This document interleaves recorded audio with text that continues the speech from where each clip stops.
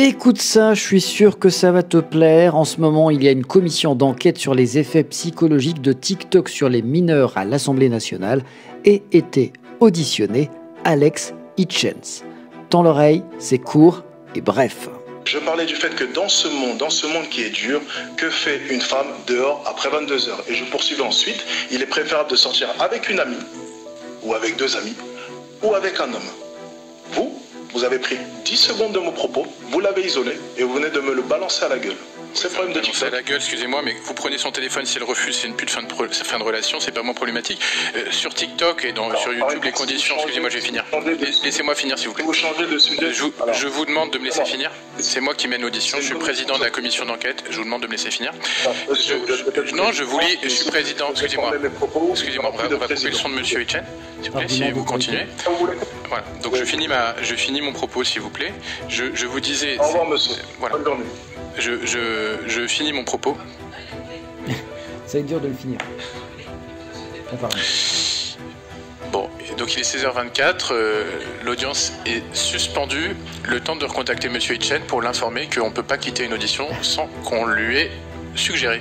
C'est incroyable, plus personne ne respecte l'autorité, mais vous allez voir que finalement, Alex Hitchens répète ce qu'on a déjà vu avec d'autres personnalités beaucoup plus influentes et beaucoup plus connues. Lui, c'est Alexis Kohler, ancien secrétaire général de la présidence de la République française et proche d'Emmanuel Macron. Celui-ci a refusé à plusieurs reprises d'être auditionné par la commission des finances de l'Assemblée nationale, notamment en février et mars 2025, dans le cadre d'une enquête sur le déficit public. Il a évoqué le principe de séparation des pouvoirs pour justifier son refus, estimant qu'un collaborateur direct du président de la République ne peut être auditionné sans porter atteinte aux principes constitutionnels.